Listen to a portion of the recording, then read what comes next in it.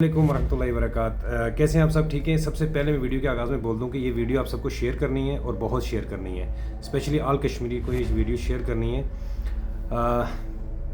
पूरी रात का जाग रहा हूँ। दो तरह के मसाइल हैं, पहले मैं गिनता हूँ। सबसे पहले तो जो हुकूमत है उसको होश के नाखून लेने चाहिए। ये जो अभी आज रात के दिन में सुबह के टाइम में फजर के टाइम में जो फोर्सेस की तरफ से पुलिस की तरफ से अटैक हुआ, जिसमें एक पलंदरी का जवान शहीद हुआ और 4 ज़ख्मी हुए, मैं पुरज़ोर मज़म्मत करता हूँ इसकी। और आपको ये चीज़ रोकनी चाहिए। अभी मुझे मेरी जनरेशन, मेरी कश्मीरी जो नस्ल है, प्लीज़ ये सुनो, ये आपके लिए है। मुझे अब समझ में आया कि मैं पहली बात तो आपको बता दूं कि मेरी वीडियोस, मेरा जो पूरा जो फेसबुक पेज है या मेरी फेसबुक जो आईडी है और मेरा यूट्यूब का जो चैनल है, उसमें आप देख सकते हैं इवन टिकटॉक पे कि मैं एक ट्रैवलर बंदा था जो मुझे घूमना फिरना अच्छा लगता है। मैंने कभी पॉलिटिक्स में इस चीज़ पे ध्यान नहीं दिया क्योंकि मेरे फादर ने मुझे बोला था कि पॉलिटिक्स से बचना। बट मैंने करंट कश्मीर की सिचुएशन देखी, जिस तरह का ये इन्वायरमेंट क्रिएट हुआ था, तो उसकी बिना पे ज़ाहिर सी बात है जब मेरे अपनों का खून बहेगा, मेरे अपने मुल्क को खून, मतलब मेरा अपना सिटी रावलाकोट और अपने कश्मीर में जब आग लगेगी तो ज़ाहिर सी बात है जोश और वलवला जगता है। लेकिन इन्फॉर्मेशन की कमी थी जिसकी वजह से जोश और अपनी ये दो अलग चीज़ें हैं। जब अपनों का किसी का खून बहता है तो ज़ाहिर जोश और वलवला जगता है और हमेशा जगता है और 100% जगना चाहिए और हर एक का जागना चाहिए। जो हुआ गलत हुआ, मैं इसको कभी भी नहीं बोल रहा कि ये सही हुआ। पॉइंट की बात करता हूँ जो वेरी इंपॉर्टेंट पॉइंट है, इस पे बात करते हैं। देखिए, कश्मीर का जो अभी का जो मैं खुद जॉइंट अवामी एक्शन कमेटी का बंदा हूँ, क्योंकि हर जो कश्मीर का फ़र्द है वो इस time joint Awami action committee का फ़र्द है। वो खुद ही अपने आप में कमेटी है, ठीक है। हमारा जो एजेंडा है बिल्कुल सही है, हमारे हकूक़ बिल्कुल सही हैं। एक जो पॉइंट अटका हुआ है वो पॉइंट है 12 महाजरीन नशिस्तों का। आज मैं इस पर सर्च कर रहा था, मैं पूरी रात बैठा रहा, काफ़ी मैं देखता रहा, मैं सोचा कोई तसादुम ना हो जाए, इसकी वजह से मुझे नींद नहीं आई।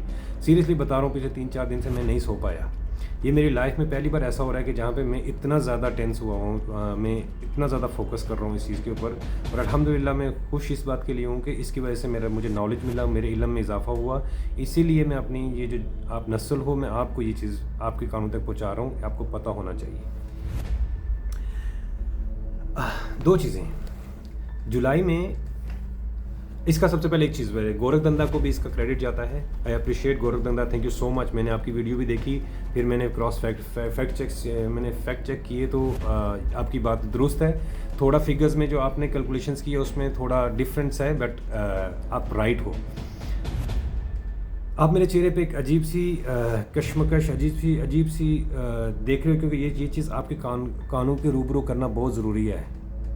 तो मेरी नस्ल, मेरे जवानों, मेरी पूरी कश्मीर की नस्ल, ये सुनो, आज़ाद जम्मू एंड कश्मीर की नस्ल सुनो। ये जो मसला अटका हुआ है ना, सबसे पहले 12 माजरीन सीटों का, इसको हल करने का एक ही तरीका है और वो आइनी तरीका ये है कि एक दो ऑप्शन। नंबर 1 ऑप्शन ये है, जो अभी की असम्बली है ये एक कानून पास करें जिसमें इन सीटों को ख़त्म कर दें, ठीक है। दूसरा ऑप्शन ये है कि आप, अब सुनिए बात, मैं खुद उसमें शामिल हूँ कि हम लोग इलेक्शन लड़ें, अपने हर हल्के से एक बंदा खड़ा करें जो इस्लाम के मुताबिक चलता हो, जिसको इस्लाम आता हो, जिसको दुनियावी तालीमात हों, जिसके पास डिग्री हो, जो बेहतर बात कर सके, जो पर्ची वाला इंसान ना हो, जो पर्ची दे के पढ़े, या जिसको अच्छे से बात करना ना आए, जो किसी के कागज़ के टुकड़ा लेके उसको पढ़े, वो उसको लीडर बनाइए, उसको बनाइए जो रियल में डिज़र्व करता है द पोजीशन। अगर वो कभी भी दिल्ली, मैं आपको अभी जो फैक्ट्स, जो मैं आपको चीज़ें बताऊंगा, जो कैलकुलेशंस देने वाला हूँ, उसके बाद आपको ये आइडिया होगा कि क्यों इतना इंपॉर्टेंट है कि एक जो एमएलए जिसको आप खड़ा करोगे तो वो एक पढ़ा लिखा होना चाहिए और ईमानदार होना चाहिए। ये सब अभी मैं आपको बताता हूँ। ये जो 53 का टोला गायब है ना, ये मुझे अभी पता चला कि ये क्यों गायब है। ये 53 का टोला क्यों नहीं बोल रहा, ये क्यों नहीं 12 माजरीन सीटों के लिए हमारा साथ दे रहा है, ये सब अभी मैं आपको बताता हूँ कि ये वजह क्या है। ओके, पहला मसला मैंने आपको बता दिया कि ये जो अभी मौजूदा असम्बली है, ये लोग कानून पास करें, ठीक है, जिसमें 12 माजरीन सीटों को ख़त्म किया जाए। दूसरा ऑप्शन ये है कि हम खुद लोग इलेक्शन लड़ें as a joint Awami action committee, हम इलेक्शन में जाएं। हमने ऑलरेडी बाइकाट किया हुआ है, लेकिन हमको इलेक्शन में, वैसे तो इलेक्शन में इतना टाइम ही नहीं है तो जल्दी इतना सेटअप कर सकें। आप लोग नहीं जा रहे, अवामी एक्शन कमेटी हम लोग नहीं जा रहे, तो ये भी अपनी जगह पे एक स्टांस है, लेकिन इसके कॉन्सिक्वेंसेज मैं भी आपको बताता हूँ। देखिए, अगर कश्मीर में इलेक्शन नहीं होंगे ना, इसका सबसे बड़ा नुकसान हम कश्मीरी अवाम को होने वाला है। वो नुकसान कैसे होने वाला है? उसको मैं अभी आपको बताता हूँ। मैंने सारे फैक्ट्स लिखे हुए हैं क्योंकि मैंने आपको बताया कि मैं पूरी रात काम करता रहूँ, तो लेट मी टेल यू कि एग्जैक्टली नुकसान क्या होने वाला हमारा।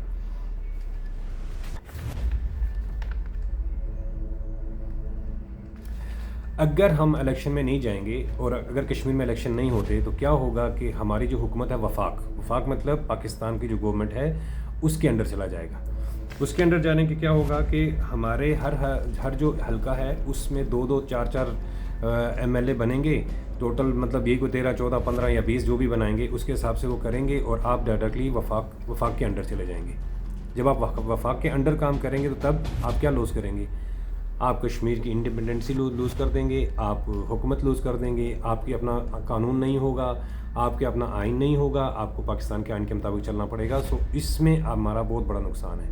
तो इसके लिए इलेक्शन बहुत ज़्यादा ज़रूरी है। ये लूली लंगड़ी जैसी भी हुकूमत है, इसके साथ चलना है, इलेक्शंस को करवाना है। एज मैं अपने प्लेटफॉर्म से बोल रहा हूँ, शायद बहुत सारे लोग मुझसे नफरत करने लगें, लेकिन इलेक्शन करवाना ज़रूरी है। हम एक पॉइंट पे अटकने 12 माजरीन, मैं अभी आपको कैलकुलेशन देता हूँ, आप समझ जाएंगे। ये जो 12 माजरीन की सीटों पे हम अटके हुए हैं, इस वजह से हमारे शहीद हो गए, अल्लाह उनको जन्नत नसीब करें। हमारा पॉइंट अभी भी राइट है, मैं उसे पीछे नहीं हटाऊँ, लेकिन इस टाइम के लिए अक्ल, हमने पढ़ने लिखने का मकसद क्या था कि अपनी एजुकेशन को, अपने दिमाग को राइट टाइम में राइट डिसीजन करें और सही ज़िंदगी के फ़ैसले करें। अगर हम अपनी ज़िंदगी के सही फ़ैसले आज नहीं करेंगे ना, तो हमारी जो नस्ल है ना, उसका भी कोई हाल नहीं होगा। फिर हमारी नस्ल जो है तो उन्होंने अपनी अगली नस्ल के बारे में सोचना पड़ेगा, ये प्लानिंग वो करेंगे। तो अभी हमें ये प्लानिंग करनी है, ठीक है। ओके, मैं आपको थोड़े से स्टैट्स देता हूँ कि जब अस्तग़फिरुल्लाह, मेरे को हैरानगी होती है, मैं हैरान हो गया हूँ ये स्टैटिस देख के। तो पहला पॉइंट तो आप समझ गए कि हमें इलेक्शन में जाना चाहिए, और क्यों जाना चाहिए ये भी मैं आपको बताता हूँ। और ये जो MLA, ये 53 का टोला है ना, ये क्यों नहीं बोल रहा, ये क्या मैं अपनी पिछली मेरी वीडियो में मैंने बोला था जी कि आपको हमने MLA बनाया, आपको हमने असेंबली में भेजा, आपने कुछ नहीं किया। आपने क्या किया? मैंने तीन पॉइंट गिनाए थे कि आपने फंड्स लिए, आपने गाड़ी ली, आपने अपना लाइफस्टाइल चेंज किया, दैट्स इट। और मैंने मेंशन क्या किया था? That you did not done anything for Azad Jammu and Kashmir. And really इन्होंने कुछ भी नहीं किया, इन्होंने आज़ाद जम्मू एंड कश्मीर के लिए कुछ भी नहीं किया। Now let me give you an effect. सबसे पहले माजरीन के फ़ंड्स की बात करता हूँ। जो माजरीन को फ़ंड्स इशू होते हैं, फिर उसके बाद जो हमारे कश्मीर के जो 33 MLA हैं उनको कितना फ़ंड्स मिलता है, मैं आपको सब बताता हूँ। माजरीन को एक साल में एक मतलब 12 है ना, मैं ये भी सिर्फ एक माजर सीट की बात करूँगा, एक माजर सीट के MLA की बात करूँगा। उसको एक साल में जो MLA की फ़ीस है वो मिलती है 1,25,00,000। ये फैक्ट चेक आप खुद भी कर लीजिएगा, कैलकुलेशन थोड़ी ऊपर नीचे हो सकती हैं, but it's very very true. और मैं एज अ ऑनेस्ट कश्मीरी अपने कश्मीर के लिए जान देने के लिए हाज़िर, बट यहाँ पे अपने कश्मीर के लिए मुझे खड़ा होना है। मुझे पता है मेरी इस वीडियो के बाद बहुत सारे मुझे ऐसे अप्रोचेज़ होंगे, इससे पहले भी वीडियोज़ में काफ़ी सारे अप्रोच हुए हैं, बट ये मेरे कश्मीर के लिए, this is something only for my Kashmir. Okay, 1,25,00,000 इसको एक MLA को एक साल का मिलता है। ये माजर सीट की बात कर रहा हूँ, माजर की एक सीट की बात कर रहा हूँ। उसके बाद एक और फंड है SDP, ये लिखते जाइएगा साथ साथ में, मेरी जंग नस्ल, ये लिखते जाइएगा। SDP फंड्स में इनको एक साल का मिलता है 2 करोड़ रुपए। तो ये टोटल कितना हो गया? ये हो गया 3,25,00,000। एक माजर सीट पे जो MLA होता है उसको एक साल का 3,25,00,000 मिलता है। इसमें एडिशनल कुछ अगर फंड डाल दें 50, चलो 1 करोड़ और डाल दें, तो ये लगभग 5 सालों में इसको ये मिलता है तकरीबन 21 से 23 करोड़ के बीच में, कर लीजिए 21 करोड़ से 25 करोड़ के बीच में मिलता है। Okay, now let's come to the Azad Jammu and Kashmir MLAs। सुनते जाइए, ये क्या गोरख धंधा, ये गोरख धंधे वाले भाई की वाली बात मेरे मुंह से निकल गई। ये क्या गोरख धंधा चलता रहा, हमें कभी नहीं पता चला, लेकिन पता चल गया ना। अब मेरी आवाम को भी, मेरी नस्ल को भी पता चलेगा, तो इंशाअल्लाह इस बार जो भी MLA जो भी बनेगा ना, तो उससे हिसाब लेंगे, अच्छे से हिसाब लेंगे। अच्छा, सबसे पहला जो फंड मिलता है एक कश्मीर का, जो एक एमएलए, एक साल की बात कर रहा हूँ, 5 साल की नहीं, 1 साल का कैलकुलेशन, 1 साल के करेंगे, बाद में बताऊंगा कि टोटल फंड 5 साल का इनको कितना मिलता है। एमएलए फंड जो मिलता है सेम ही है, 1,25,00,000। उसके बाद इनको 6 करोड़ से 7 करोड़ रुपया मिलता है। इस फंड का नाम है PMCDIP।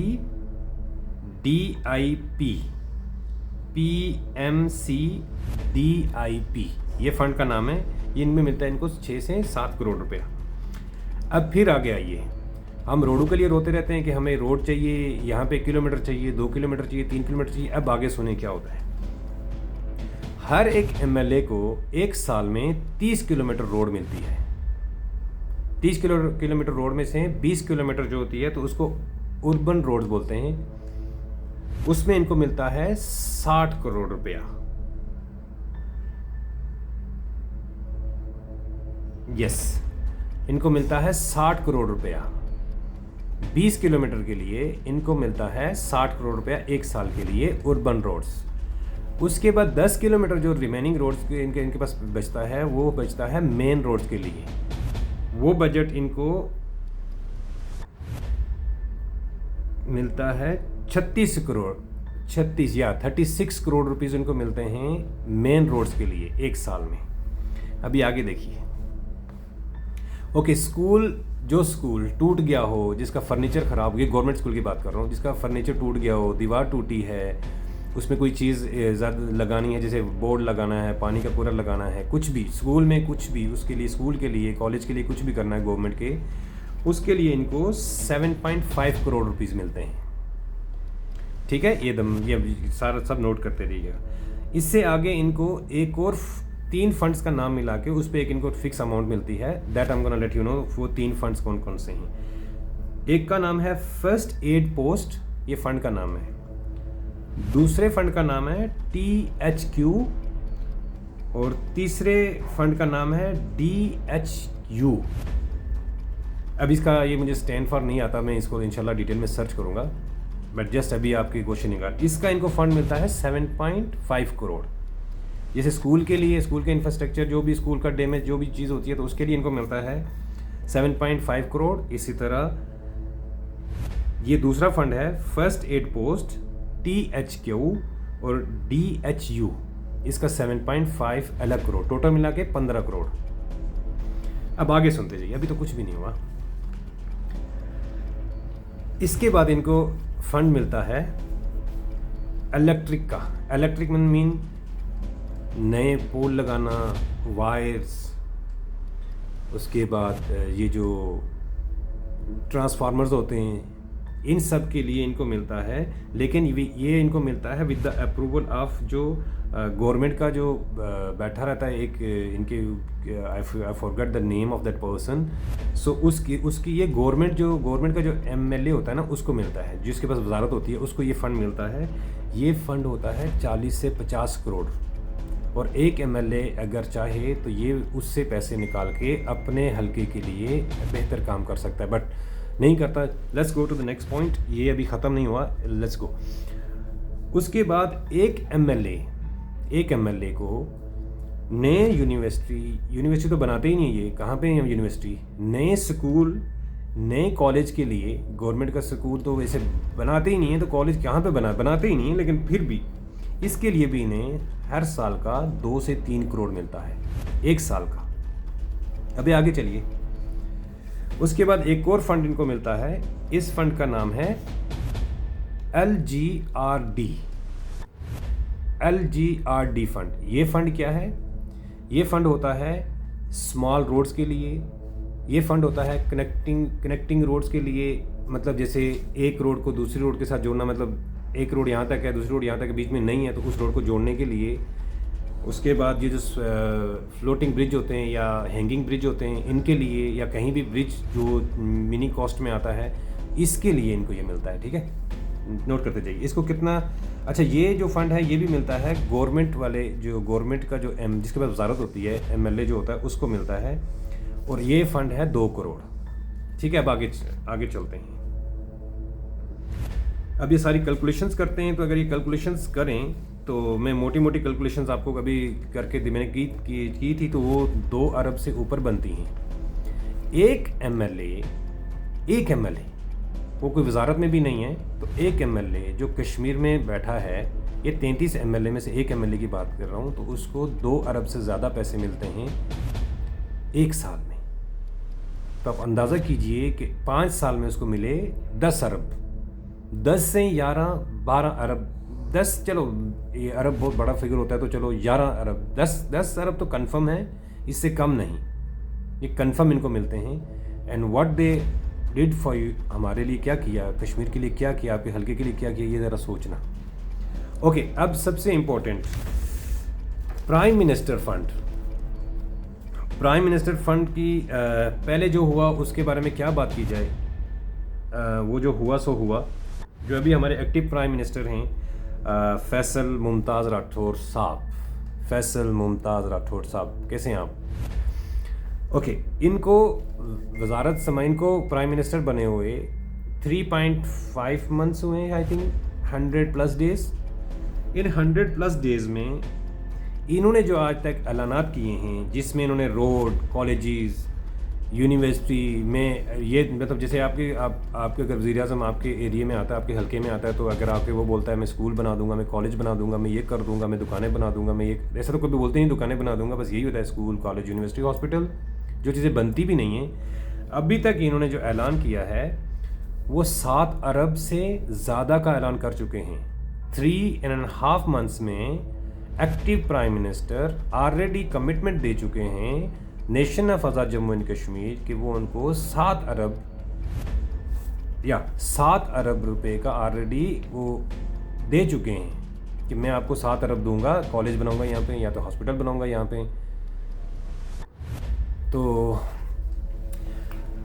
इस वीडियो के एंड पे ये एक फंड है, शायद मेरी अभी मैंने और सर्च करनी है इंशाल्लाह। Now I am going more deeper in the politics and ये सब चीज़ें मैं समझूंगा इंशाल्लाह।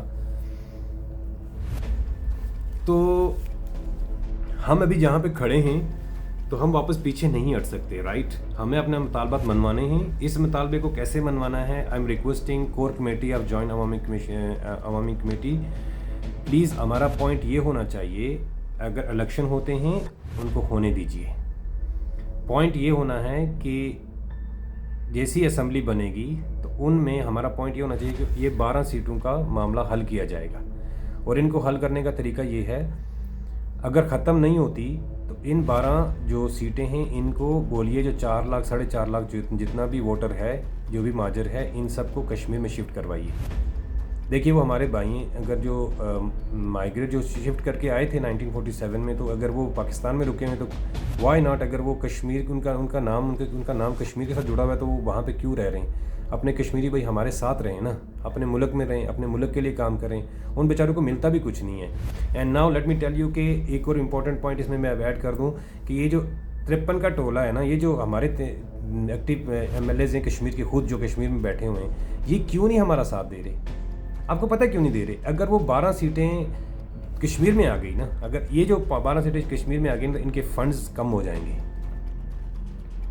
ठीक है? इसके पीछे भी ये मुझे भी पूरी हिस्ट्री समझ नहीं है, so once I am gonna understand. लेकिन जो फैक्ट है वो फैक्ट है, जो हकीकत दिख रही है ना, जो समझ में आ रही है, तो वो मैं आपको बता रहा हूँ। तो ये सीन है। अब इलेक्शन होने दीजिए, वरना हम अपनी हुकूमत खो देंगे, हम अपना आइन खो देंगे, अपना कानून खो देंगे, और फिर डायरेक्ट पाकिस्तान के अंडर चले जाएंगे, जहाँ पे वफाक के अंडर जाना पड़ेगा। और वफाक के अंडर जाएंगे तो बहुत सारे, मैं बुरा नहीं बोल रहा, जो हो रहा है आपके सामने है। तो अल्लाह पाक हमें समझ अता करे, अल्लाह पाक हमारी नस्ल को समझ अता करे, अल्लाह पाक हमें जिस राह पे हम खड़े हैं इस राह से खैरियत से निकलने की तौफीक दे। और ये जो हमारे शहीद हुए हैं, इनका हक़ लिए बगैर तो वापस नहीं जाना। ये जो किया गया है, ये जितना बर्बियत की गई है, ये जो जुल्म ढाया गया है ना, इसका हिसाब देना है। We want free fair open investigation, और जिसने ये सब किया है उसको कैफरे किरदार तक पहुंचाएं। बार बार मैं देखी जा रहा हूँ मीडिया पे कि ये बार बार आके, okay, specially now let's talk about Pakistan media. आपने कश्मीर को जो शहर थी उसकी मीडिया कवरेज छोड़ दी और आप प्रोपेगेंडा खबरें फैला रहे हैं। आप फैक्ट क्या आपको था आप एक मीडिया क्या होता है, उसको न्यूट्रल रहना पड़ता है, राइट। उसको ऑनेस्ट रिपोर्टिंग करनी पड़ती है और ये ऑनेस्ट रिपोर्टिंग आप कर रहे हैं। आप ग्राउंड पे हैं ही नहीं, आप कश्मीर में हैं ही नहीं एंड योर रिपोर्टिंग। हम इंडिया को बातें करते थे, आप इंडिया को गालियां देते थे, मैं खुद गालियां देता था और मुझे क्या पता था कि ये सब गोरख धंधा है, ये मुझे क्या पता कि ये सब पैसे का खेल है। काश मुझे पता होता कि ये सब पैसे का खेल है तो मैं अपनी तालीम अपनी ज़ुबान गंदी ना करता, क्योंकि मेरे इस्लाम ने चाहे गैर मज़हबी है चाहे मुस्लिम है, नॉन मुस्लिम, क्रिश्चियन, किसी भी मज़हब से है वो, उसके लिए बुरा भला कहना नहीं सिखाया। मेरे इस्लाम ने सिखाया है कि तालीम का मकसद, जब आपके पास शऊर हो ना, आप उसका इस्तेमाल कैसे करते हो। इस्लाम ने कहा है कि अगर एक नॉन मुस्लिम है आपको उसको इस्लाम की दावत देनी है, आपने उसको बोलना है ब्रो आपको थोड़ा सा सर्च करना चाहिए, आप रॉन्ग ट्रैक पे हो। अगर वो उसको रॉन्ग ट्रैक पे है तो अगर वो समझता है आपकी बात, जो अपनी तबलीग करनी है, you have to do one time तबलीग उसको की। अगर वो राइट ट्रैक पे आता है, ओके, आपने सवाब भी कमा लिया, आपने अपना फ़र्ज़ निभा दिया। अगर वो ट्रैक पे नहीं आ रहा, that is between him and Allah Karim. लेकिन आप लोगों के साथ क्या हुआ? आप तो मुसलमान थे ना, आप तो बड़ी अच्छी रिपोर्टिंग की बात करते थे। ARY news, specially I am going to talk ARY news, आपने तो मेरी नज़र में अपनी क्रेडिबिलिटी भी खो दी है ना। सलमान अरशाद साहब, द ओनर ऑफ ARY, दिल से बता रहा हूँ कि आपके चैनल को मैं अब कभी नहीं देखने वाला। जो रिपोर्टिंग आपने की, आपके जो न्यूज़ बनाने वाला है, जो एंकर है, उसको ये नहीं पता कि हेलीकॉप्टर और जहाज़ में क्या फ़र्क है। एकदम से न्यूज़ चला दी कि हम लोगों ने, कल अदम तंजीम ने हेलीकॉप्टर तबाह कर दिया। कैसे तबाह कर दिया? मतलब पर लगे थे, पर लग के हम गए, जहाज़ को टक्कर मार दी या पत्थर मार दिया, इतना ऊंचा पत्थर मार दिया कि जहाज़ तबाह हो गया। क्या हो गया आप लोगों को? शहर कोई आप गद्दार बना दिया। हेलीकॉप्टर तकनीकी खराबी की, तकनीकी कोई प्रॉब्लम हुई है उसमें, and that investigation is on going, और वो भी क्लियर हो जाएगा। जब हेलीकॉप्टर तबाह हुआ ना, जो हमारी माओ बहनों भाइयों ने जो शोर मचाया ना, वो वीडियो भी मैंने रिकॉर्ड पे रखी हुई है, तो उस वीडियो को भी देख लीजिएगा। तो कम से कम ऑनेस्ट रिपोर्टिंग करें। अल्लाह को जान नहीं देनी, ये पैसा, ये दौलत, ये सब चीज़ें रह जानी है। ये 53 का टोला जो पैसे का भूखा, जो अपने आवाम के हक़ में नहीं बोल रहा, जो शहीदों के हक़ के लिए नहीं बोल रहा, अब आवाम को जागेगी। नाउ कश्मीरी नेशन ये समझेगी, अब वो जागेंगे। पहले तो हमारे शहीदों का हमें हक़ दो, इंडिपेंडेंट इंक्वायरी करो, और जिन्होंने गलत किया है उनको कैफरे किरदार तक पहुँचाएँ। और ये जो पुलिस वाले शहीद हुए हैं ना, इसकी भी ओपन इन्वेस्टिगेशन करें ना। मेरे भाई हैं, वो शहीद हुए हैं, उनका मुझे पूरा दुख है और मैं पुरजोर मजम्मत करता हूँ। उसका इल्ज़ाम बार बार हमारे ऊपर मत डालें कि हमने उनको मारा है। हम अपने भाइयों को नहीं मारते। हमारी तरबियत ऐसी नहीं है कि अपने भाइयों को मारें। हमें खौफ खुदा है, हमें कब्र का डर है, हमें पता है कि रोज़े महशर अल्लाह के सामने जवाब देना है, इसीलिए डर है, इसीलिए कदम फूंक फूंक के रखे हैं, इसीलिए पाकिस्तान के साथ खड़े हैं, पाकिस्तान को अपना भाई माना है, पाकिस्तान के साथ खड़े हैं, खड़े रहेंगे। लेकिन अगर कोई इस मसले को कभी इस मसले के साथ मत जोड़िए कि हम पाकिस्तान के, मैं अभी दोबारा से रिपीट करता हूँ, पाकिस्तान के साथ हैं, पाकिस्तान के साथ रहेंगे तब तक जब तक हम आज़ाद मुल्क नहीं बन जाते। ओके, आर्टिकल 257 के साथ में क्या है, पाकिस्तान के जो लिखा हुआ है कॉन्स्टिट्यूशन के हिसाब से क्या लिखा हुआ है कि कश्मीर की आवाम इख्तिसाब राय से जो डिसाइड करेंगे वही फैसला माना जाएगा। तो आप मानिएगा प्लीज़। और प्लीज़, एक बार पहले भी बता चुका हूँ कि हम आपके पास अमानत के तौर पे हैं, तो अमानत में ख़यानत मत कीजिए, इसकी बहुत बड़ी सज़ा है। तो प्लीज़ खुदारा, लेट्स वर्क।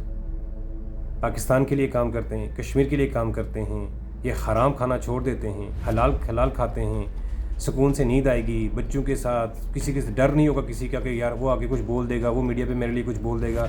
बिकॉज अगर आप ऑनेस्ट बंदे होंगे ना, तो आपको किसी का डर नहीं होगा फिर। और सबसे वेरी इंपॉर्टेंट, जो prime minister of Pakistan, please understand us, we are not against Pakistan. Pakistan मेरा भी मुल्क है, हमारा भी मुल्क है, हम अगेंस्ट नहीं हैं उसके। प्लीज़ इस नफ़रत को ख़त्म करें। KPK अलग, बलूचिस्तान अलग, सिंध अलग, पंजाब में आप हैं तो वो भी अंदर से क्या है वो भी पता नहीं, कब तक है कोई पता नहीं। तो प्लीज़ सर, ये कश्मीर, इसको भी अलग, सब अलग क्या कर रहे हैं हम, कहाँ पे जा रहे हैं हम? क्या इमेज जा रही है दुनिया में। अगर आप लोग फोर्सेस को अंदर ना डालते ना, ये एहतजाज कभी भी इतना बड़ा ना होता और ये कभी भी दुनिया को इस चीज़ के बारे में ना पता चलता और ये कभी भी इस तरह का शोशा ना उठता। मुझे दुख हो रहा है, बहुत दुख हो रहा है इस चीज़ का। लेकिन जब घर से जनाजे उठते हैं ना तो सर बोला जाता है, जब घर से जनाजे उठते हैं ना तो आंखों से आंसू निकलते हैं, ना चाहते हुए भी मर्द रोना लगता है, बोलने लगता है इंसान। तो जोश और वलवला हर इंसान के, हर मुसलमान के अंदर होना चाहिए, यही ईमान की ताकत है। तो अल्लाह पाक हमें कुरान के मुताबिक जीने मरने की तौफीक अता फरमाए। तो मेरी नस्ल अब जो बनेगा ना MLA तुम्हारे हलके से, तो उससे ये सब सवाल करना। ये जब वोट देने लगोगे ना, जब वो वोट मांगने के लिए आएगा ना, तो उसको ये बात ज़रूर बोलना।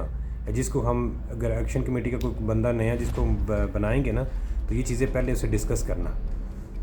जो हमने छोटी छोटी जो बनाई हुई हैं जहाँ पे वोटिंग करते हैं, पोलिंग स्टेशंस, तो जब पोलिंग स्टेशंस पे या उस आपके मोहल्ले में जब वो आएगा ना, जो MLA जिसको आप बनाने लगेंगे, जो आपसे वोट मांगने के लिए आएगा ना, आप उससे ट्यूबवेल मत मांगना।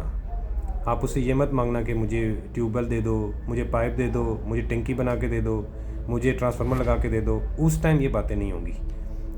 पहले एक अच्छे वाले लीडर को, अच्छा वाला जो बंदा है उसको बनाए MLA। जब वो बन जाए ना, फिर उसके बाद उसका घर भी पता होगा आपको, फिर उसके बाद एक्शन भी होंगे इंशाल्लाह, कानूनी कार्रवाई भी करेंगे इंशाल्लाह। तो अब मज़ा आएगा। दस जागते हैं, जाग उठी है कश्मीर की गयूर आवाम इंशाल्लाह। अस्सलामु अलैकुम कश्मीर, अस्सलामु अलैकुम पाकिस्तान।